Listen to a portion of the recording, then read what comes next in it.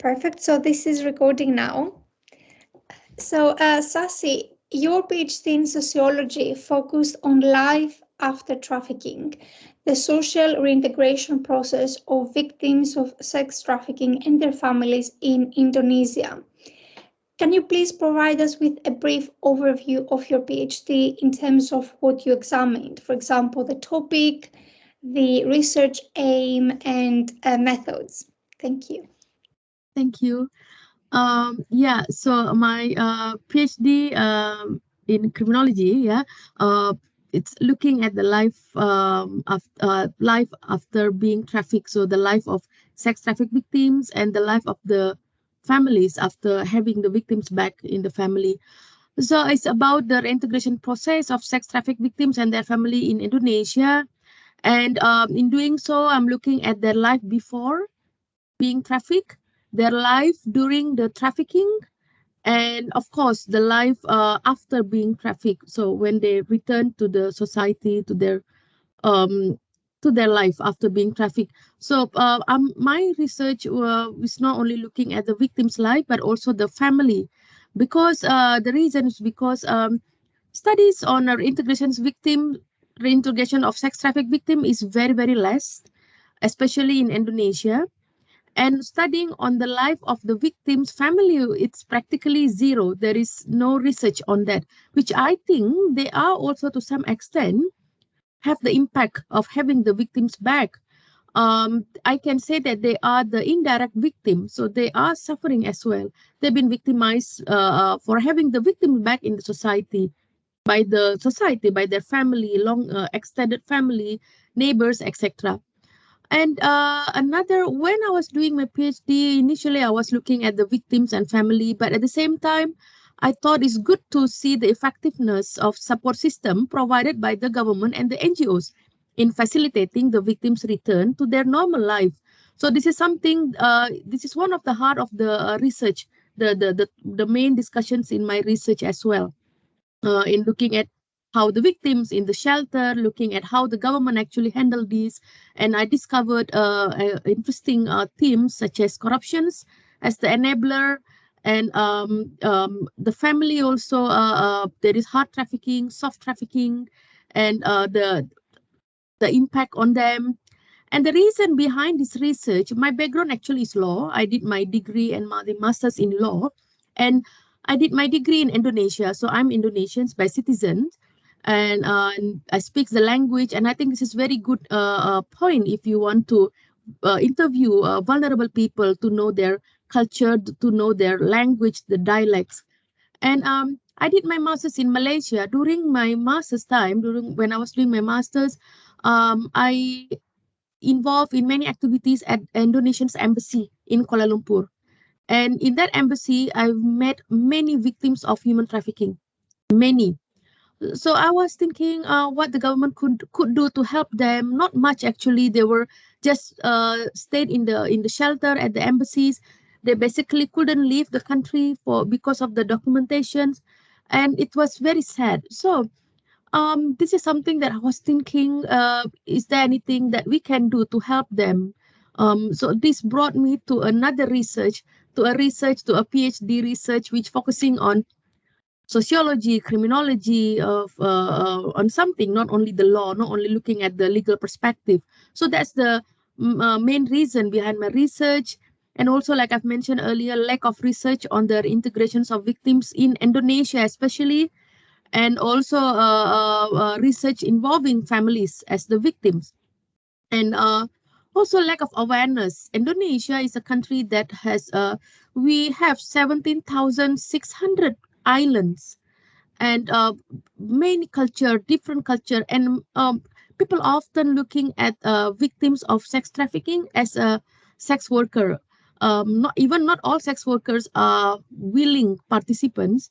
Some of them, they couldn't give they refused to give the consent, but the situation pushed them to do such thing, to be sex workers. So there is lack of awareness of what is trafficking, what is sex trafficking, what is the difference between voluntarily sex worker and sex trafficking victim. So that's another reason. So basically, the other one is to see the effectiveness of the support system in terms of the government, the holders in anti-trafficking cases. So these are the reason behind the research. And the methods that I was doing was a semi-structured interview with victims. Initially, I had 26 victims, participants, but many of them withdraw. So at the end, I could only analyze 18 victims, could only present or take 18 victims to be the participants in my research. And I did also group interviews with the victim's family. I had around 43 family members from different victims. So I did it separately. So I did a group interview in the family's house, and the participants detail would be for the group interview would be male and female. So I simply identify, I want to see what male views of the victims, the views of victim by the female family members. So there is a part of discussions as well in my research. And the last one, the data collection taken through focus group discussion.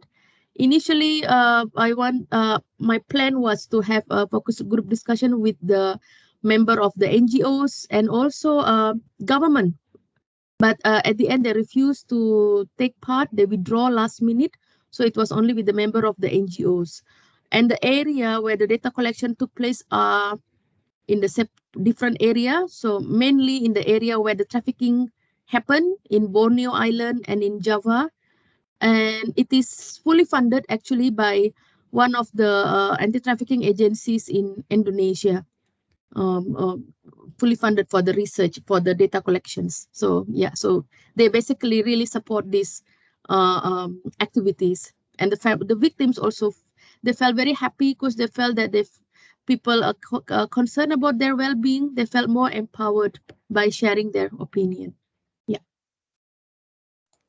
Amazing. Thank you so much for sharing such a fantastic overview of what is a much needed project. And I wonder, you mentioned obviously that distinction between sex trafficking and sex workers. So how did you define sex trafficking, and then also how does it affect victims and survivors? Yeah. So sex trafficking is a form of human trafficking. Now people can say a form of modern slavery. So there is also, and if you want to talk about definitions, there is a huge discussion around human trafficking and modern slavery. So I will take human trafficking as the main discussions. So it's a form of human trafficking that specifically involve the exploitations of individual through various means, such as threat, use of force, fraud, manipulations. But at the end, the purpose of that is for sex exploitations, to exploit victims for sex services. It can happen locally or internationally as well. So there is issue of consent here. I mean, even during my data collection, many victims came. They were purely sex workers. They were not victims of sex trafficking, but they identified themselves as a sex traffic victims instead of sex worker. So there is issues of consent here as well. It's very important to have this consent, to use consent as the difference between the main differences between sex worker and victims of sex trafficking. So even sex trafficking can happen because of hard trafficking or soft trafficking. This is another term. Soft trafficking is when victim normally knows that they are going to be trafficked for sex exploitation by their family member. So and they develop coping strategies because they know I'm going to do that job when I reach the destination.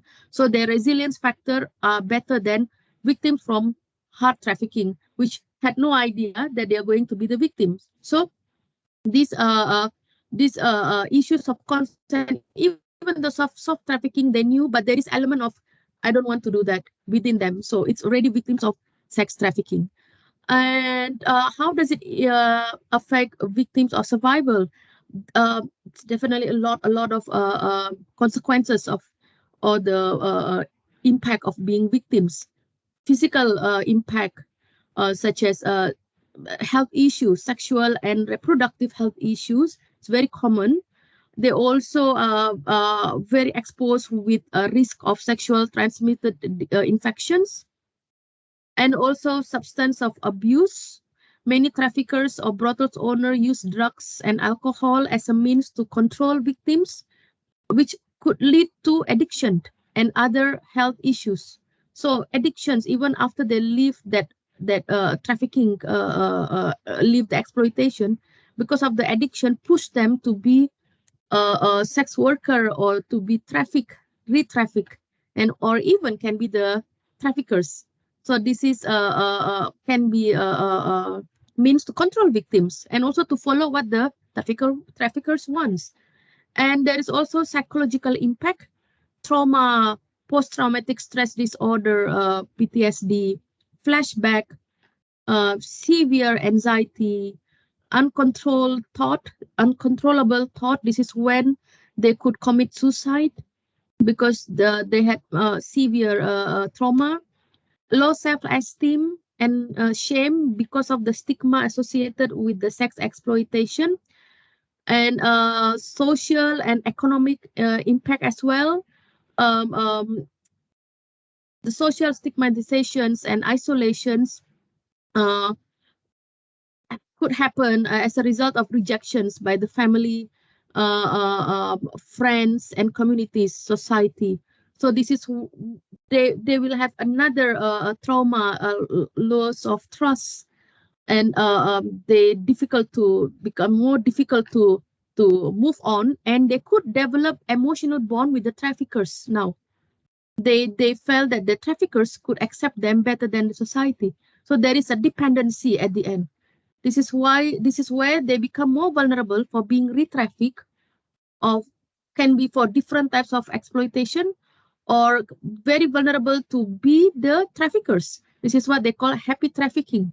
Happy trafficking, when they apart from as a means to survive.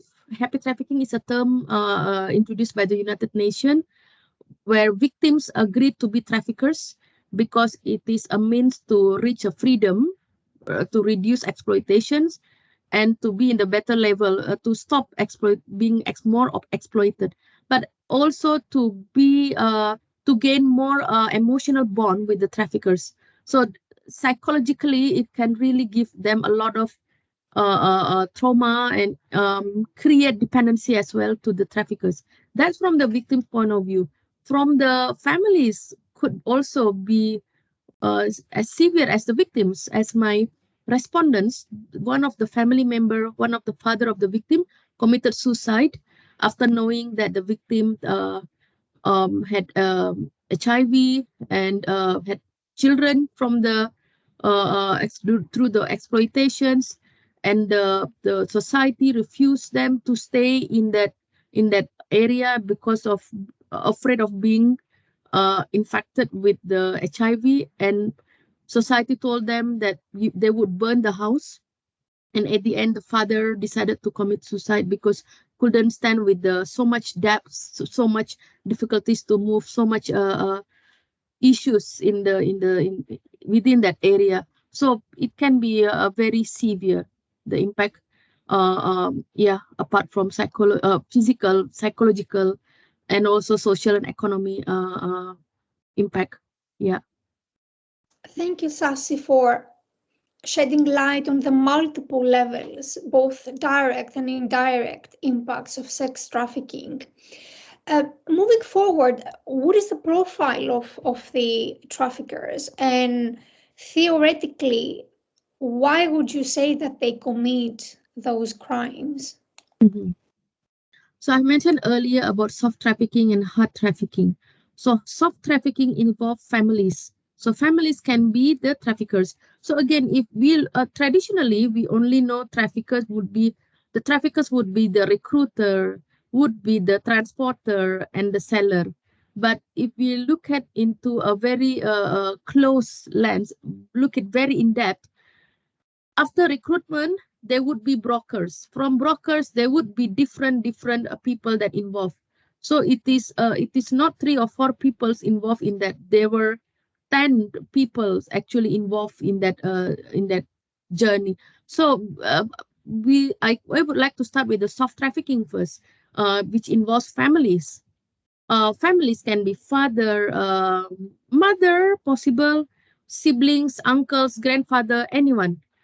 And the main reason why they commit this because of the pressure, economic pressure, poverty, greedy, being so greedy wants more and more. And in Indonesia, I'm talking about Indonesia, woman is often seen as an asset in the family, asset in a way that they can be sold, they can be manipulated easily to work in different countries. Indonesia currently has the biggest number of domestic helper supplier sending domestic helper to different countries such as Middle East and Singapore and Malaysia. And they are very vulnerable for being trafficked. Why women? Because they can easily they are basically very they can easily be convinced. So these are the reason why poverty, greed, being greedy, pressure are the reason of the soft trafficking happen, which involves family. So victims again knows that they are going to be trafficked and they already create a coping strategy. So in this context of trafficking, the impact is not as severe as the hard trafficking victims through the hard trafficking. Second, profile of the perpetrators through the hard trafficking, which involves stranger, returnees,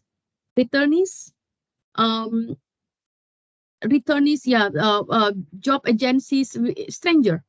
And normally the why they commit these returnees, perhaps because of the happy trafficking, because of the dependency, psychological, emotional bond with the traffickers.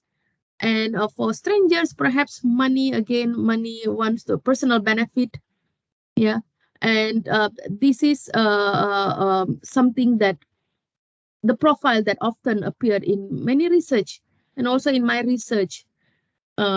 Victims' families, which is part of the soft trafficking, and stranger or friends, someone that has no emotional bonds with the victims. Yeah. Thank you for sharing those.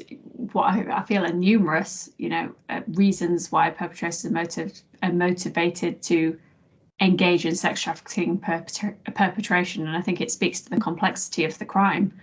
But then thinking a little bit about the crime itself, why do you feel like sex trafficking remains invisible, quote unquote, in research terms, but also if we're thinking about police recorded data as well? Right. Remain invisible in research terms. This is quite really linked to the previous one, the profile of perpetrators. So I would like to highlight here before I forget, a government also can be one of the perpetrators behind these trafficking cases. And because of their power, the cases remain silent. So we couldn't identify, we couldn't track the trafficking routes. We couldn't identify who are the victims. So, why sex trafficking happen goes to your questions. I would explain through different people here, based on the traffickers, victims, society, government, and anti-trafficking agencies. Traffickers because remains invisible because trafficker knows the nature. They know the new methods. They have advanced methods to conduct their crime. So the nature of the crime is becoming more advanced. It's very difficult to identify, and it's very difficult at the end to trace, to track the victims, because they also have new methods of controlling. For an example, some of the cases, methods of controlling, the classic methods is to, putting threaten the family. I would kill your family. But now they have new one. For an example, they have the videos of the children of the victims, like porn videos, and they would distribute that videos if you make a police report, or if you ask for help. So basically, these are the one that victims become invisible, remain silent. Another new methods of controlling is victims often, this is very common in Bangladesh, in India, and also in Indonesia, in Asia, yeah, including Southeast Asia. When victim, if you come forward, I would somehow inject you with HIV, with something related to HIV. So this is also something that would threaten victims. They wouldn't come forward. That's the nature of crime. Advanced methods of controlling, advanced method of manipulating. Second one, in terms of victim doesn't know that they are victims of sex trafficking. They are not aware that they are victims. Many of them thought that they are not victims, but they thought that they are committing crime, because traffickers often manipulate them. They're scared of the law enforcement. They don't want to come forward because they're worried if they were, especially those who are trafficked internationally, no documentations, you will be deported, you will be arrested. Second. The third one, this I think relevant to society and also victims as well. Definitions of sex traffic victims often misinterpreted with the sex worker or prostitutions. So this is also another reason of why the sex trafficking cases remain invisible, which leads to false identification. So it becomes even law enforcement. There is in Indonesia, I'm talking about Indonesia, there is ideal victim and undeserving victims. Ideal victims would be, oh, if you're victims of sex trafficking, even the NGO itself, one victim came to the shelter and asked for help. At that time, victim looks like someone who is not a victim, looks normal, like with a clean dress, look decent, and ask for help from the NGOs. Like, can you help me? I need to, I'm a victim. I want to learn something in the shelter so that I have new skills to, so I can be more empowered at the end. NGOs, the member of the NGOs refused to accept because she didn't look like victims. So you don't look like victims. So again, this is ideal. They have ideal victims would be someone looks vulnerable from poor family. They have. So these are the reason why identification become more difficult, and victims become very reluctant to come forward to report crimes. And so there is lack of awareness. Society in this context, apart from definitions, lack of awareness, lack of like in UK, a lot of advertisement about how to identify victims of trafficking, but it's not the case in Indonesia. No awareness. Difficult for society, is so difficult for them to identify, to report crimes, so it remains invisible. And lack of support. Again, victims, now we are moving to the government and anti-trafficking agencies. Agencies started to put stereotypes, this ideal victim, undeserving victim. So victim felt that there is lack support. There is a huge lack support for them. On top of that, when it comes to government, restitutions money, the compensations, it's something that should be given automatically to the victims when the government brought the case to the court. But in reality, the money, restitutions money, is something that victim has to fight to get for. They have to fight. It's no longer rights of the victim. So there is a lack of trust. There is corruptions going on. Different data, different NGOs has different data, difficulties to access data. Data is not reliable because lack of understanding of what is victims, what is non-victims, for an example. So false identifications. So these are the things which makes researcher also difficult to collect data to identify victims. I had to withdraw few respondents because they were not victims, but they identified themselves as victims. So, but because they knew that they would get merchandise from UK, they're really desperate. So I said, okay, never mind. I gave it to them, but I couldn't include because they themselves are not aware, or Maybe they just want to get the things, or maybe they really had no idea what is the victims. So these are the reason, in my opinion. Thank you, Sasie. Again, this is really insightful in terms of why all involved parties remain invisible, but also why they get involved into sex trafficking. What does the return and social reintegration process involve for victims of human trafficking in Indonesia? And in that case, what are the challenges for successful return and reintegration? Right. So I would like to start with the key aspects of successful reintegrations. For a successful reintegration is economic independence, social acceptance, and the programs, suitable programs from the government and the NGOs. But this program should be based on the victim's specific needs as well. So how does the return and social reintegration process in Indonesia here?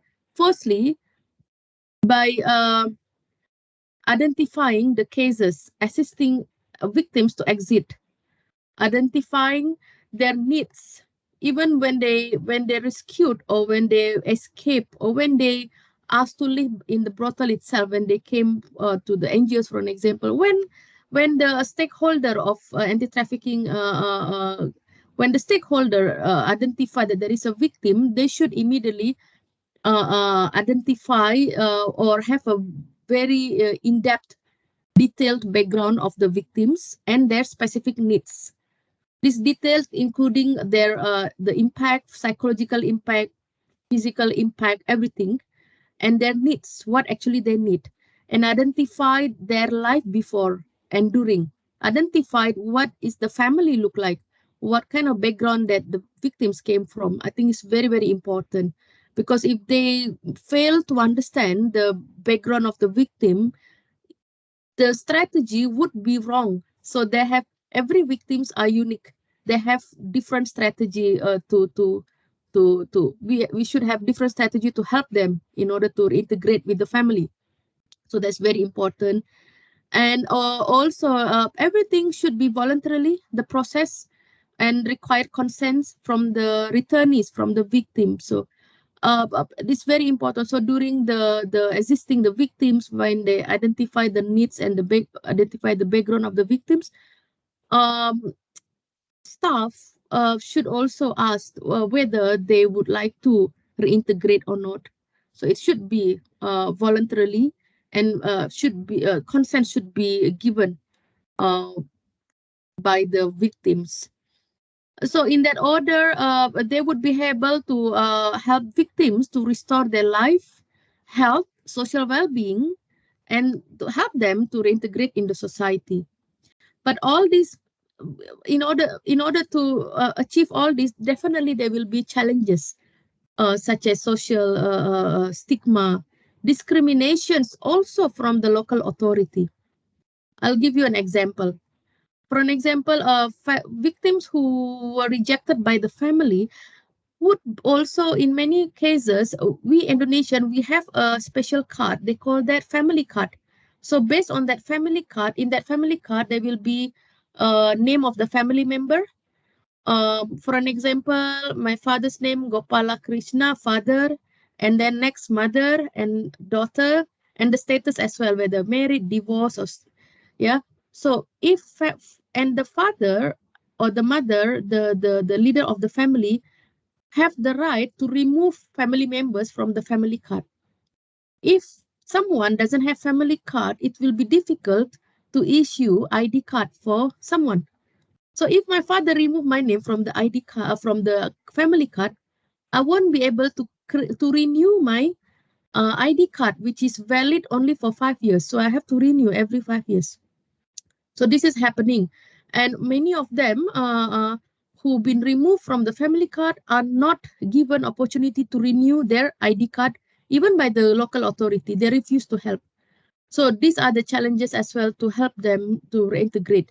So stigma, discrimination in the society, from the local authority, lack of social perception, acceptance, all these force them back to the sex industry, or sometimes force them to go back to the traffickers. See, emotional bond, it is this difficult to break if we don't accept or we don't support the victims. Another challenges is limited funding, poor program, lack of understanding of victims' needs. So this is very important. Based on my own experience, when I collect the data, when I do the data collection, I had a dinner with a member of the NGOs or the gatekeeper who helped me to meet the victims. I was very surprised to know that they were discussing about the budget from the government, and they were talking about percentage to goes to their pocket. So the funding is there, but there is a corruption even in the NGOs, and they refuse to let the victims to leave the shelter because they want to accumulate, they want to have more victims in order to get more funding. I was very disappointed with that, and I knew that I came with a very clear mind and very positive to help victims to do research.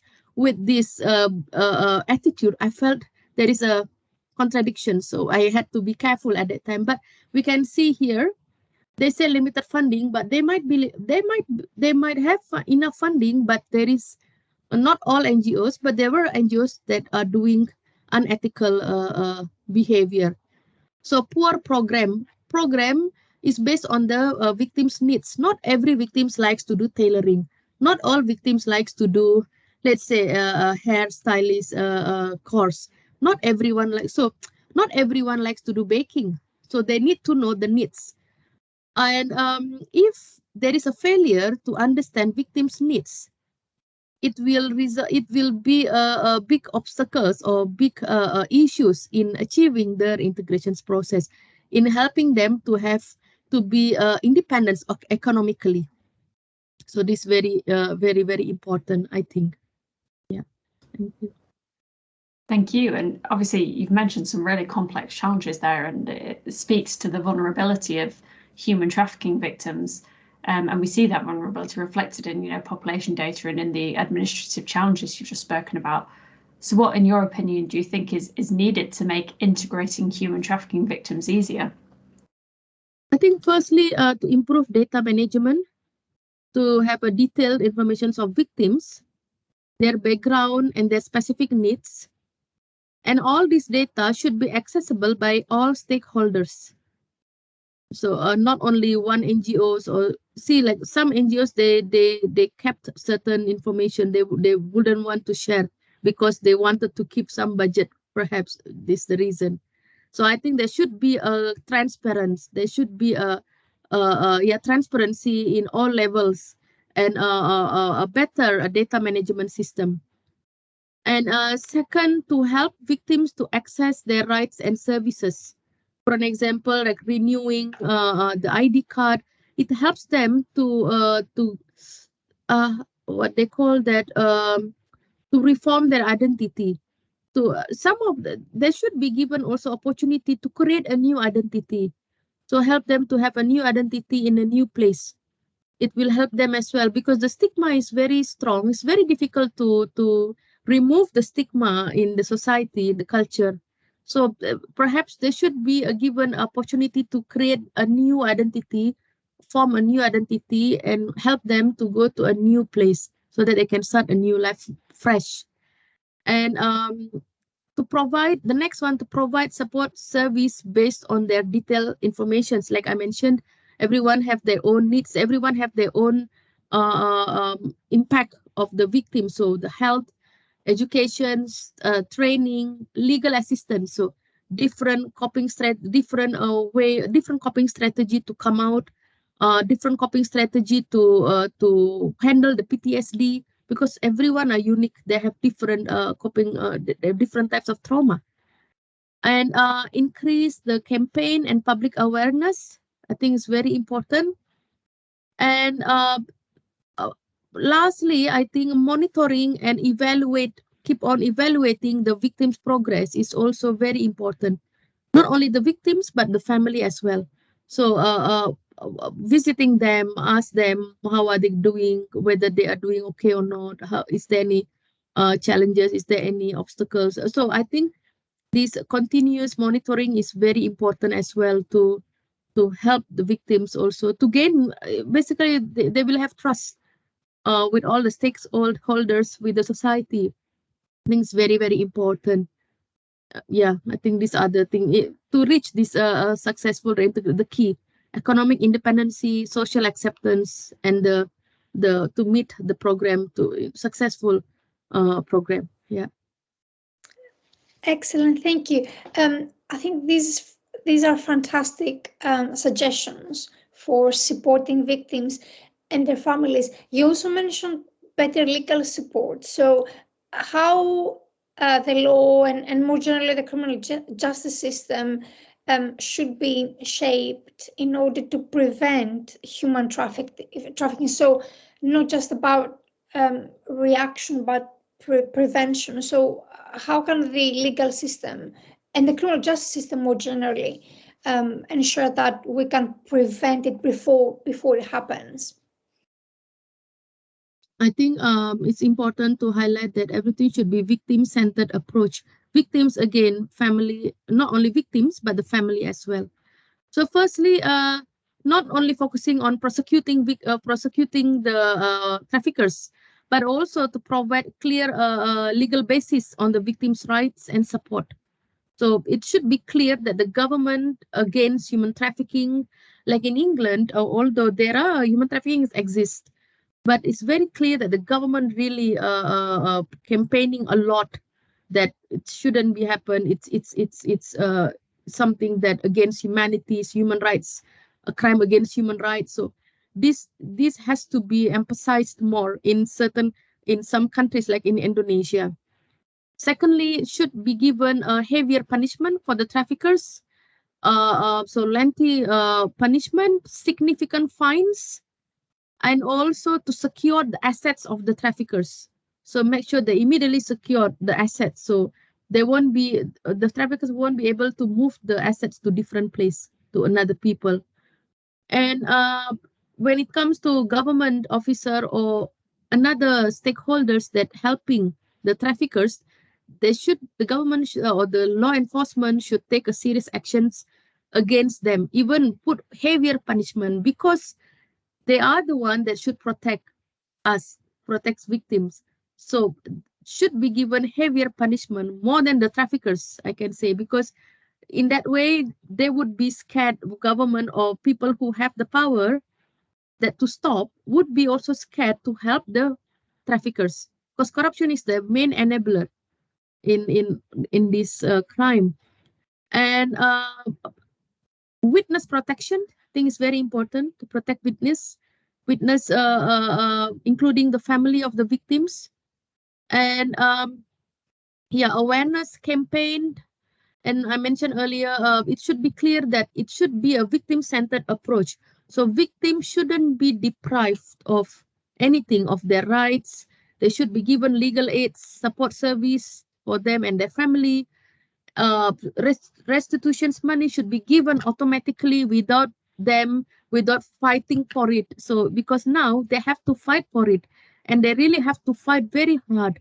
And in most cases, they could only get a little bit because the traffickers had no money to pay. So it's something which is, even if the traffickers had not, let's say, doesn't have money to pay for the compensation or for the damages that he has caused, the government should be able to provide that amount for the victim. So I think this is very, very important. In that way, not only the law, the effective, this is the way to see whether the regulation is effective, whether everything is moving forward. Right now, this is where we have a report, TIP report, Trafficking in Person report. It is annual report issued by American government, TIP report. And Indonesia was always in tier 2 watch list, so they have the rank. And last year we were dropped because there is this TIP is based on the reintegration victims. So in order to stop trafficking, there should be support for the victims. There should be enough campaign awareness on this. So this if the country have a lot of very good mechanism or legal instruments, but there is no implementations, healthy implementations, proper implementations, it won't be achieved. So I think this is very important to focus on the victims. Yeah. Yeah, thank you. I think there are some really important suggestions. And finally, if we're looking forward, what further research have you either already undertaken or do you feel needs to be done to further address this issue? Okay, thank you. Right now, I'm working on my monograph